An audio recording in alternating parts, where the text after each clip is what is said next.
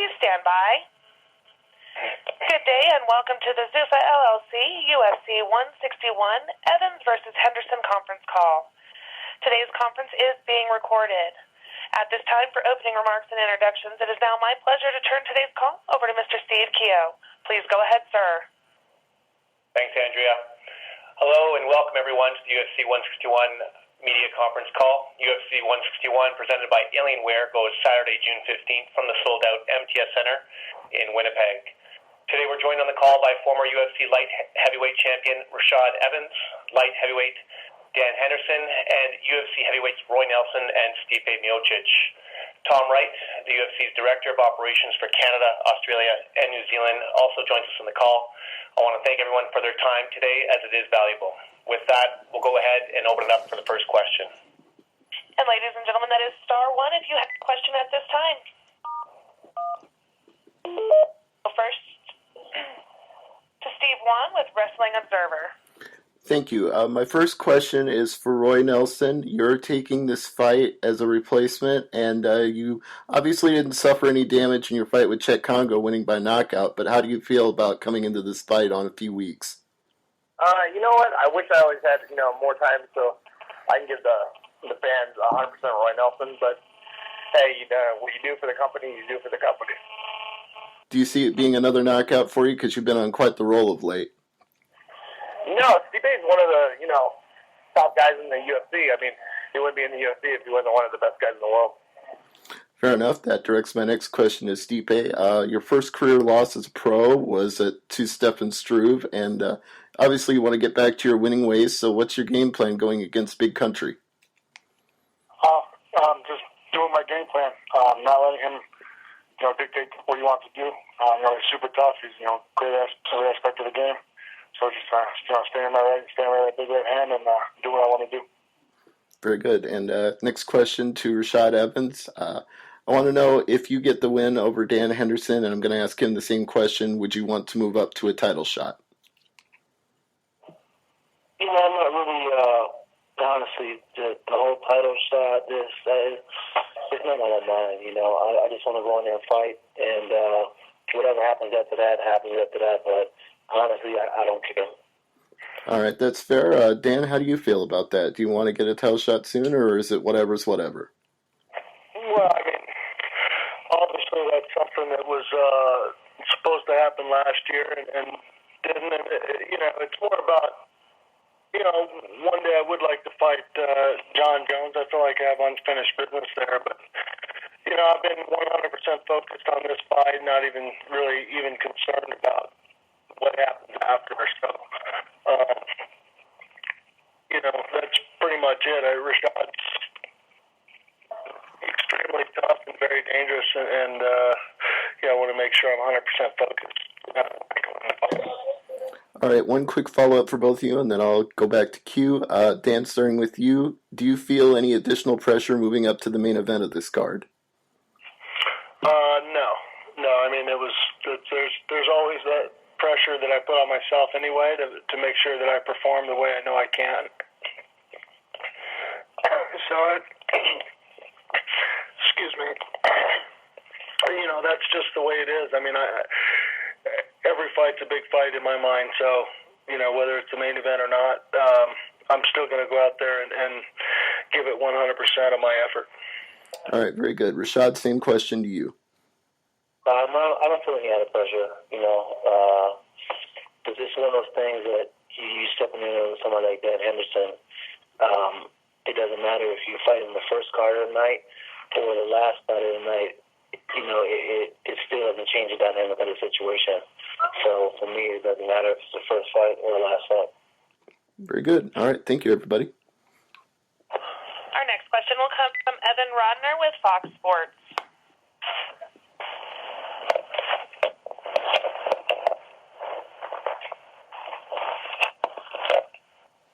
We'll go next to Scott Edmonds with Canadian Press. This is for Tom Wright. Mr. Wright, what do you think the impact is of losing the Rogero fight? that what happened in Calgary seems to be happening in Winnipeg? Do you think it's going to hurt the image?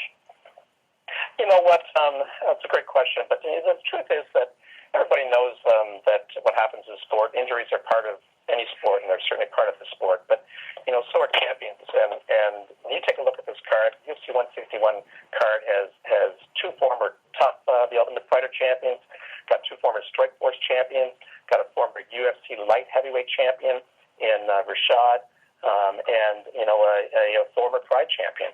And you know what? Fighters do get hurt, but they also perform. And I have every confidence that these guys, everybody in the card, not just the guys that are in our on this call right now, but the rest of the card, including the 7 Canadians, are going to put on a great show. And Winnipeg, Manitoba is not going to be disappointed. Thanks. Next, we'll hear from Damon Martin with BleacherReport.com. Yeah, first question is for Tom. Tom, yesterday we saw the reports that Shogun was off the card. Can you walk us through what exactly happened? I know Chael Sonnen was possibly a replacement, then it didn't come through, and I know Shogun had said. Can you tell us any particulars of why that fight didn't come together? You know what? It's one of those things. You know how it works with the UFC. I can tell you that Dana and Joe Silva would have been working on very hard to find somebody to come in in a short period of time.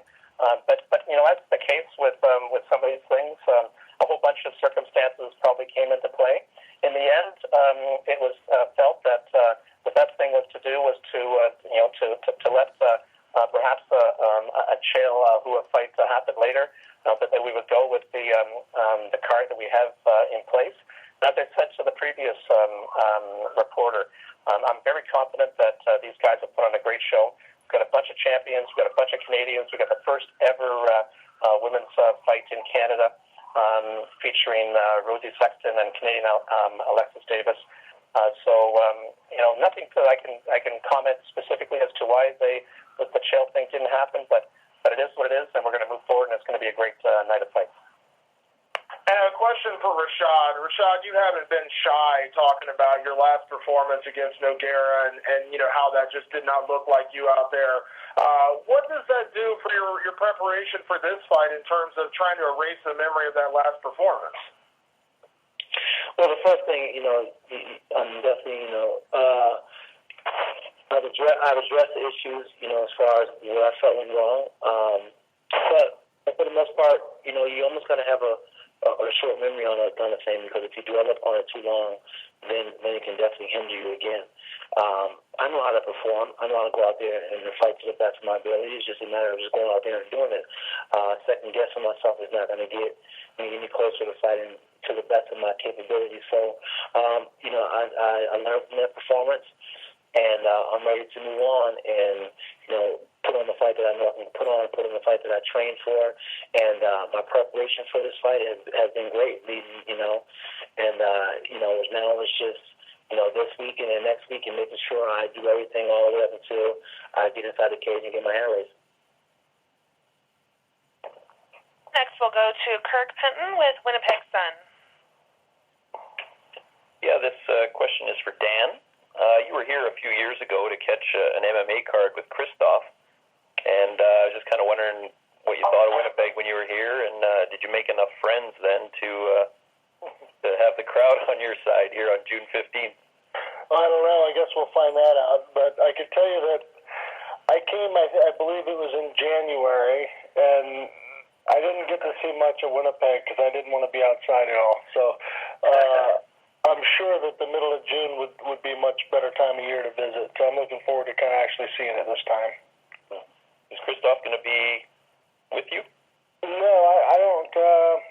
I don't know if he's going to be up there or not. I know he had moved over and he's up in LA now, just working on doing movies and training guys and stuff. So he's not at my gym anymore.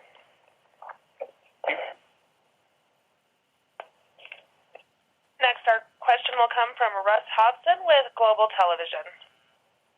My question's for Tom Wright. Chael Sonnen had said he wanted to fight Shogun, and Shogun, according to he was quoted as saying it was work visa issues. Can you confirm that is why Sonnen wasn't added to the card? Russ, I can't. I don't know that information. As I said, I had an earlier conversation with Dana, but it wasn't about this. It was prior to everything that happened.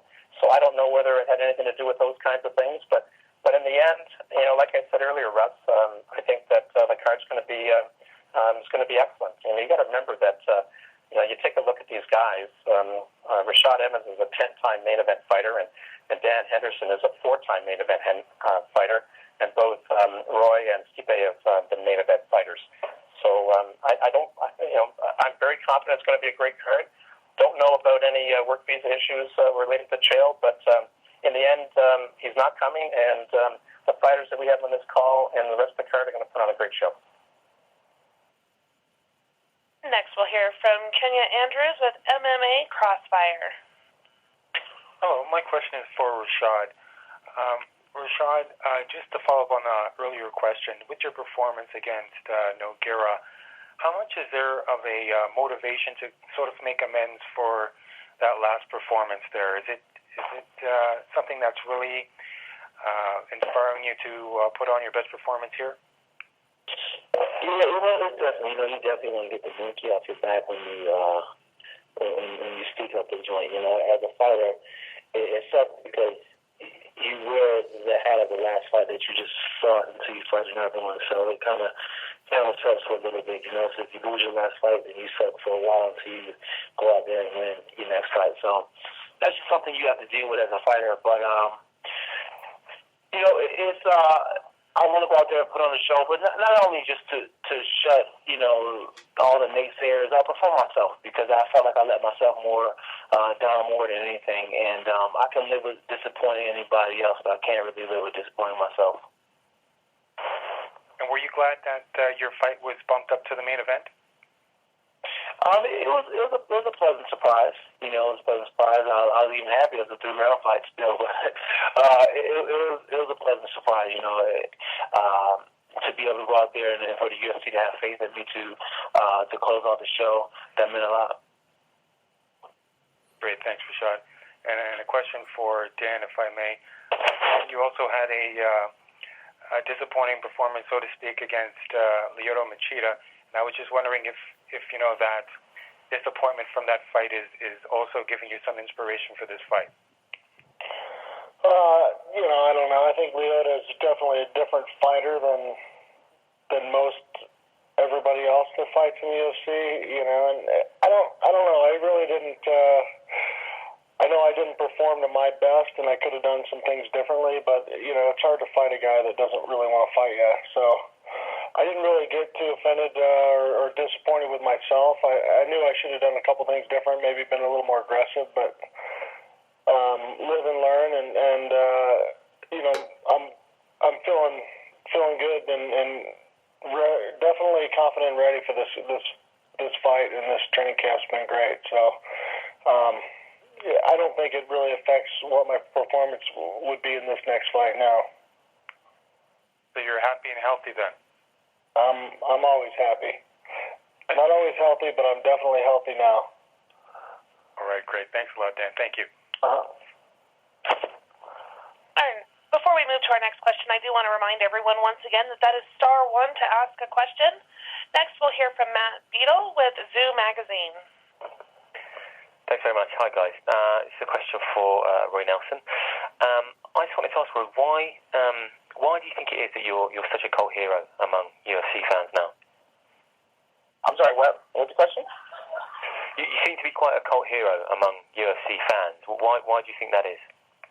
I think it's just I represent America, and I'm just there to break into the mainstream for everybody. Okay. I guess some people who aren't that clued up on the sport would say that you haven't got the typical physique of a usual UFC fighter. Do you think this works in your favour? I don't know if it works in my favor. It's just people that tend to be in our sport tend to abuse pads or performance-enhancing drugs. So that's the reason why I probably don't look like the typical UFC fighter. Okay. In terms of that, is your diet the same? I mean, do you work out in similar fashion? I mean, how do you defeat the guys that I guess would appear to be fitter, stronger, and I guess almost faster than you? I wouldn't go because this is definitely a skilled sport, and we're definitely athletes. So for myself, I just like to say that I have more skills than the other guy. It's like I guess it would be like great, the old jiu-jitsu when UFC won. It was the smaller, more technical guy that beat everybody. Okay. And obviously your appearance as well, you've kind of got the shaggy hair and the shaggy beard and stuff. Do you think, obviously that's not the typical look of a UFC fighter, is it? You know what? I think that's Roy Nelson. What sets me apart from everybody else. Most guys can't grow a full head of hair like myself, so that's why I can set my apart for that. And then as for the beard, it's just something to do. Do you like to think that it kind of makes you more manly than some of the other fighters? I've been watching that Dr. Pepper commercial, so I definitely fit into that, was it Bold New 10 or something like that? So I definitely fit into that manly. Okay, so do you have aspirations of being heavyweight champ, obviously since you come through this? Do you believe you have the full ability of reaching that goal? Do I think? Yeah, no, I think anybody in the heavyweight division, I think the reason why Steve-A's fighting me is because anybody in the UFC is the top of the food chain. If we weren't, we wouldn't be in the UFC. So any of the 25 people on the UFC roster could be heavyweight champions at any one time. That's why none of the heavyweights can hold it more than like 2 fights at a time. They, unless they're fighting the same guys over and over. Sure. And you feel you have the ability to beat anybody in your division? Yeah, on any given day, I know I can beat anybody out and knock anybody out. Okay. And obviously you've had a good run of knockouts recently. Knockout of the night, I think you won it on 4 occasions now. Is that something you always aim for that knockout? No, I'm usually I'm looking to wrestle and grapple, but it just I guess the knockout just comes easy and just it just happens. Okay.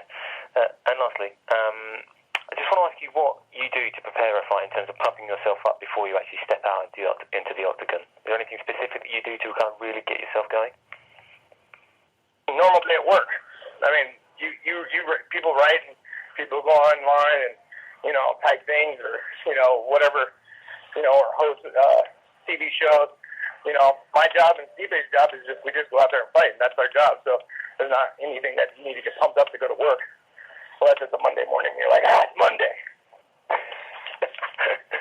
So UFC in its rawest form. Yep. Nice. Okay, that's great. Thank you very much. Yeah. Our next question comes from Zeus King with MMA Opinion. Hey, thank you for taking a call. Question for Stevie. You were originally slated to fight Saul Palele, and now you've got Roy Nelson.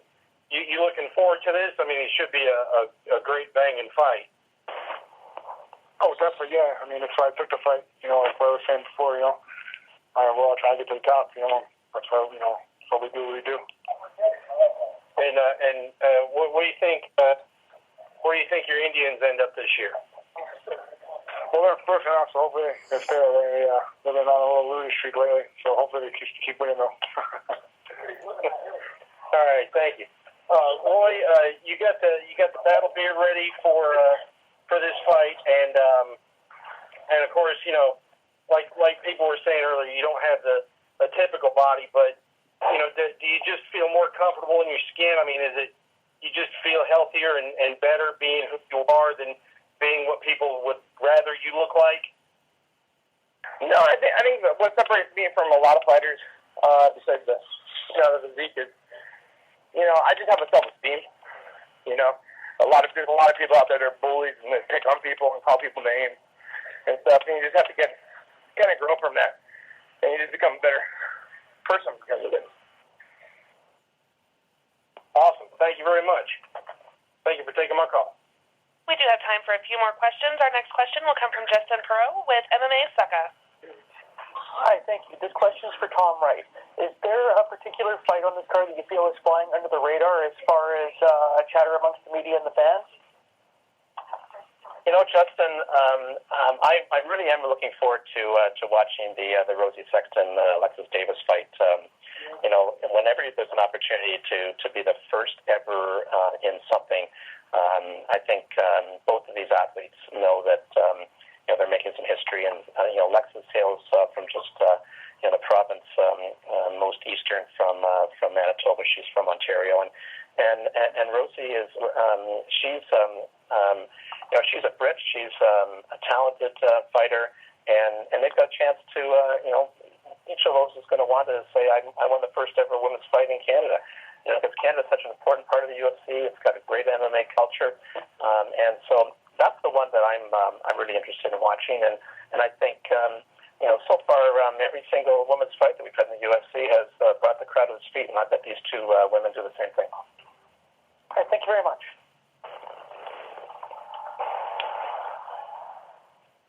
Our next question comes from James McDaniel, ESPN Radio 97.7.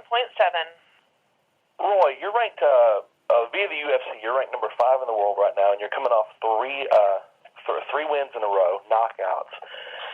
Why do you think it is that you're all of a sudden facing a guy who's not in the top 10 when just a few weeks ago there was a lot of talk about you stepping up and fighting Daniel Cormier? Oh, yeah, no, I think I got offered Daniel Cormier, and I think he turned it down, and then they went down the list. I think Travis Brown and so forth and so forth and so forth. And Stipe was already on the card, and everybody in the UFC, is ready for a fight, and Stipe is the one that steps up. Thanks a lot. And we do have time for one more question. That final question will come from Barry Hansen with Evanov Radio. Yeah, I just have one question, and it is for Roy. We just wanted to know, was there anything that you did differently having to prepare and in training for this fight, seeing that you're taking it on short notice? Just come home from vacation. So that's about it? You just got home from vacation, just relaxed, and now you're going to take the fight? Well, that pretty much. I mean, when the UFC calls you, you just kind of step up and you just, say yes. I was on vacation, and then they called me. Oh, sounds great. Well, welcome to Winnipeg, everybody. And that is all the time we have for questions. I would like to turn the call back over to Mr. Keogh for any final and closing remarks. Thanks, Andrea. I want to thank our 4 fighters and Tom Wright for joining the call today. Also wanted to give a quick rundown of next week's events in Winnipeg. Events kick off on Wednesday with open workouts at Portage Place Mall in the Edmonton Court from 11 a.m. to 2 p.m. This event is free and open to the public, and I'll see all 7 Canadians on the card, joined by main card fighters Pat Barry and Sean Jordan for a brief workout and interview opportunities. On Thursday, we'll have our Ultimate Media Day at the Met on Donald Street. This is a media-only event. We'll have a lunch for the media, and availability with main card fighters Alexis Davis, Rosie Sexton, Roy Nelson, Stipe Miocic, Dan Henderson, and Rashad Evans between 1 and 2 p.m., followed by photo opportunities as Dana White squares off the fighters, and then Dana will stay for photo and interview opportunities. On Friday, we have our weigh-ins at the MTS Center at 4 p.m. local time. Canadian fighter and lightweight title contender TJ Grant will be the Fight Club Q&A participant starting at 2 p.m. local time. And UFC 161 next Saturday live from the MTS Center, presented by Aileen Ware. We'll also have a special tailgate for fans from 2 to 7 p.m. outside the MTS Center on Saturday, and it's live on pay-per-view at 9 p.m. Central, 10 p.m. Eastern. We'll see everybody next week, and thanks to everyone for their time. Thanks, Andrea. And with that, once again, ladies and gentlemen, that does conclude today's call. Thank you for your participation, and have a great day. You're listening to the Angry Marks Podcast Network.